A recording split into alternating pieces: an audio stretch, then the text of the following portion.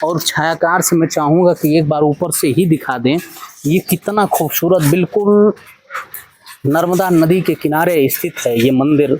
ये तमाम यहाँ पे वो मंदिर स्थित हैं जिनके बारे में मैं चल के अभी मैं दिखाना चाहूँगा। काशी विश्वनाथ महाराज जी का श्रृंगार चल, को किसी जगह पे कैद नहीं देखा होगा। माता देवी अहिल्याबाई के द्वारा निर्मित वो तमाम यहाँ मंदिर हैं जिनको पहले मैं बाहर से दिखाना चाहूँगा। ये बाहर से दिख रहे हैं, वो पूरा किला का स्ट्रक्चर है। बाकी ये सामने, ये इधर मैं आपको दिखाऊंगा भगवान शंकर का खूबसूरत मंदिर जो भव्य पत्थरों द्वारा निर्मित है। और ये वही दरवाज़ा है जहाँ से माता देवी अहिल्याबाई नर्मदा में स्नान किया करती थी। तो आइए हम दिखाते हैं नीचे।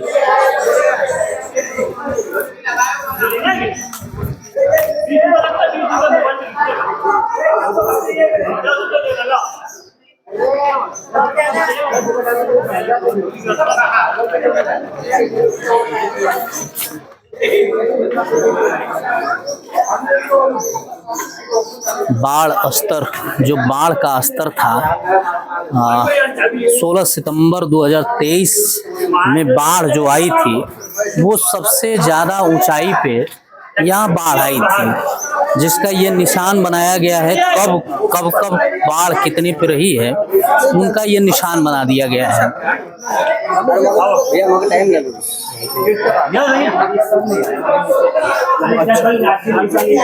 इसके बाद मैं दिखाना चाहूँगा ये खूबसूरत भगवान भोले जी की प्रतिमा, कहाँ शिवलिंग कहा जाए, अंदर स्थापित है और इस पे तमाम मूर्तियाँ उकेरी गई हैं। तो आइए अंदर चलते हैं हम। ये मैं दिखाता हूँ अंदर चल के वो खूबसूरत देवी अहिल्या जी का वो शिव मंदिर, जिनकी खूबसूरत संरचना पत्थरों द्वारा की गई है। ये काला पत्थर है। मैं दिखाना चाहूँगा ये नंदी महाराज को यहाँ स्थापित किया गया है।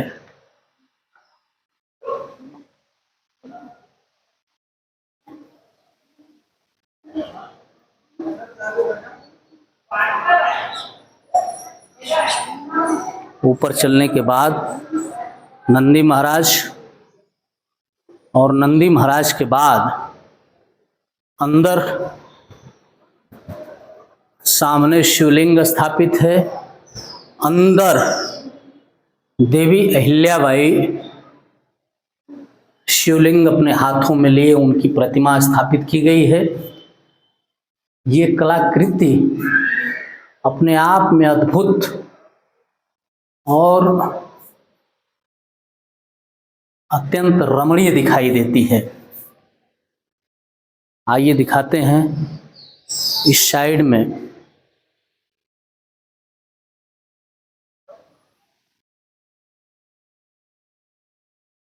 ये वो किला सीना ताने बिल्कुल नर्मदा नदी के किनारे पे खड़ा है। और ये वही मंदिर था जहाँ पे नर्मदा नदी के किनारे बिल्कुल स्थित है, जहाँ पे देवी अहिल्याबाई होलकर स्नान के उपरांत काशी विश्वनाथ मंदिर व यहाँ मंदिरों में स्नान किया करती थी। बाकी ये घाट स्थापित हैं खूबसूरत। आइए बाहर लिए चलते हैं हम आपको।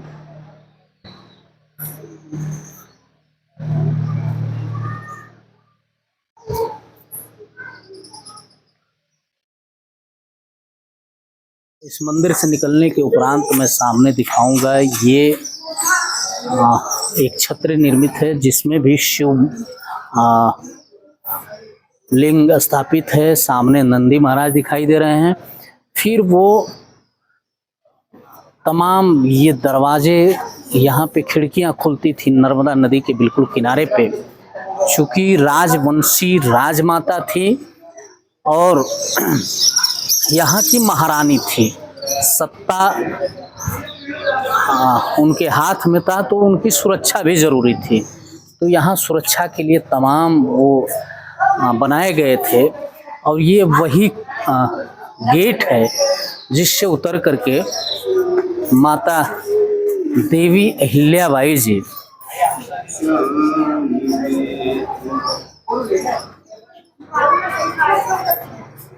यहाँ नर्मदा नदी में स्नान करती थी।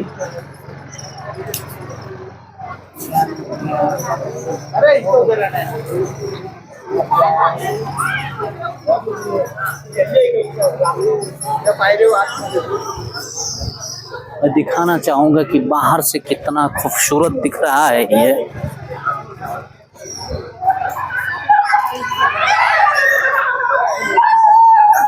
चुका हूँ जहाँ नर्मदा नदी का बिल्कुल घाट है, साफ स्वच्छ जल। ये इसके बाद इधर मैं दिखाना चाहूँगा कि ये बनाया गया है देवी अहिल्याबाई होलकर ने इसी जगह पे अंतिम सांस अपना ली थी, जिनका दाह संस्कार इसी स्थान पे किया गया था।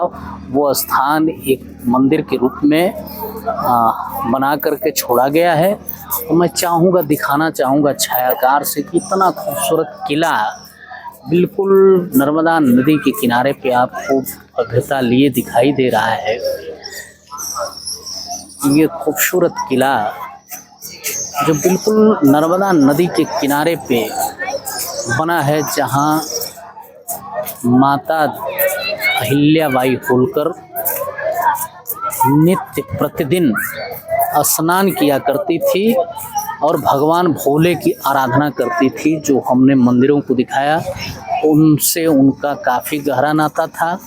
और अंतिम वक्त में माता अहिल्याबाई का जो अंतिम संस्कार हुआ, जो उनको जलाया गया था, इसी स्थान पे उनका दाह संस्कार हुआ था।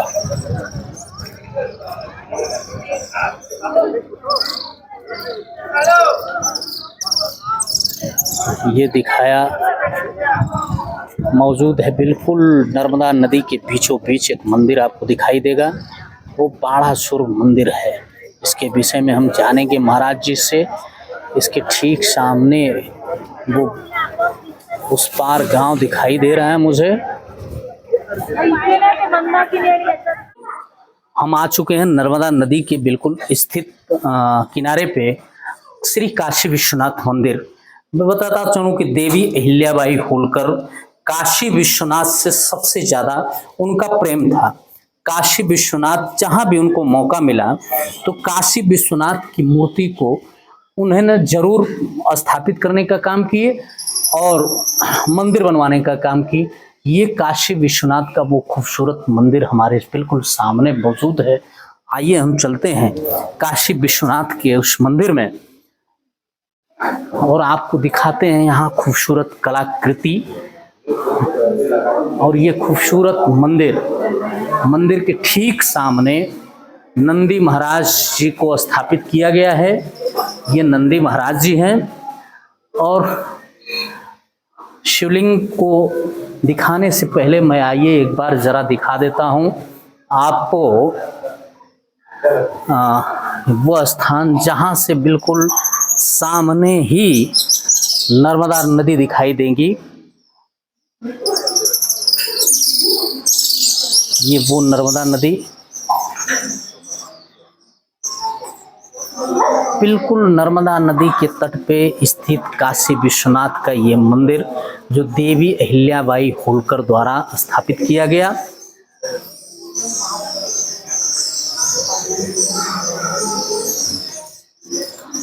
बहुत खूबसूरत नंदी को किसी जगह पे कैद नहीं देखा होगा, कैद है कटघरे में। दूसरी विशेषता, आपने इतने नंदी देखे होंगे, खुले भी देखे होंगे, पर कभी किसी नंदी को खूटा समझते हो ना, जिससे अपन एक अपने बैल को बांधते हैं, ये देख लो खूटे से बंधे हुए हैं, आप देखोगे खूटे से बंधे हुए हैं।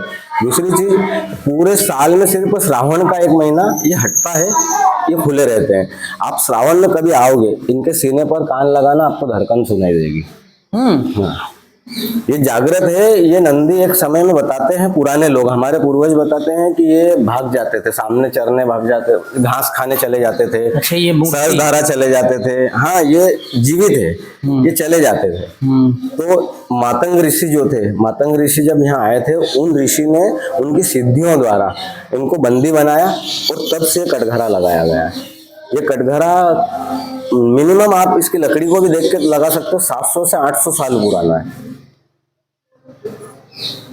ये जो है, आप में जैसे इस पे 10 व्यक्ति इसको खड़ा कर कूद के जा नहीं सकते। श्रावण में 1 महीना जब ये कटघरा हटता है, अब हम तो क्या है, इनको नहलाते धुलाते सब है, तो हमने तो बहुत करीब से महसूस किया है, लेकिन कईयों को ये चीज महसूस करवाई भी है हमने कि भाई अगर हमारी बातों पे विश्वास नहीं हो तो आप श्रावण में आइए, इनके यहाँ सीने के पास कान लगाओगे, आपको ऑटोमेटिकली फील हो जाएगा कि धड़कन चल रही है इनकी।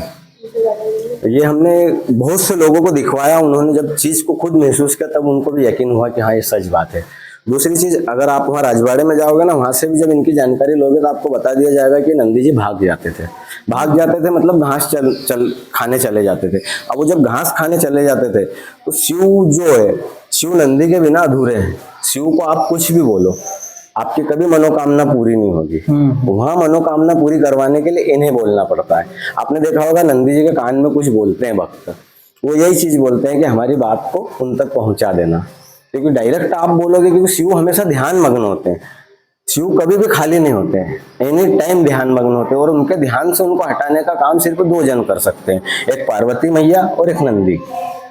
तो जब शिव ध्यान मग्न होते तो अपनी आराधना के लिए, अपनी मनोकामना के लिए अपन नंदी जी को बोलते हैं।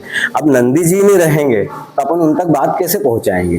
तो फिर मातंग ऋषि ने उनकी सिद्धियों के द्वारा इन्हें बंदी बनाया और इन्हें बांधा, और ये उसके बाद में फिर इसको संगमरमर के रूप में बिठाया गया।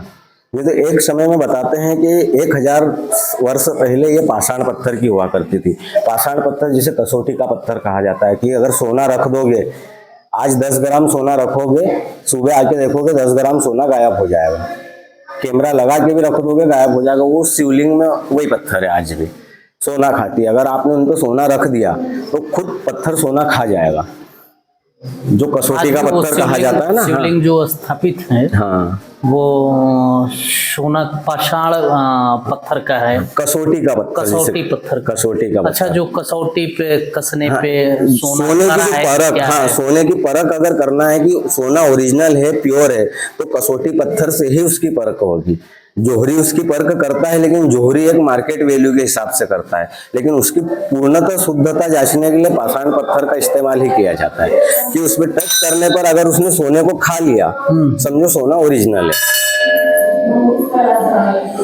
बहुत बहुत धन्यवाद मित्रों। उम्मीद करूंगा कि आपको वीडियो पसंद आई होगी, क्योंकि ये हमारे वीडियो का दूसरा पार्ट रहा, और दूसरे पार्ट में भी पूरा दिखा पाना यहाँ का संभव नहीं है। तो आने वाले नेक्स्ट वीडियो में देखिए यहाँ की रेवा सोसाइटी, साथ ही साथ सहस्त्राबाहु का वो खूबसूरत मंदिर, उसमें प्रज्वलित हो रही दीपक जो हजारों साल से प्रज्वलित हो रही हैं। तो धैर्य से आप देखिए, आने वाले वीडियो में वो सब कुछ दिखाऊंगा। साथ ही साथ दिखाऊंगा बाणासुर का वो मंदिर, उसके बारे में भी बात करूंगा। साथ ही साथ सहस्त्रबाहु ने किस तरह से रावण को यहाँ 6 महीना बंदी बना करके रखे, और कौन सी लड़ाई के बाद रावण को यहाँ से आज़ाद किया गया। तो आइए आने वाले वीडियो में हम देखते हैं ये सब कुछ, और बताएंगे यहाँ के बारे में। तो बहुत बहुत धन्यवाद। वीडियो पसंद आई हो तो लाइक करें, शेयर करें, और चैनल को सब्सक्राइब करने की कृपा करें। बहुत बहुत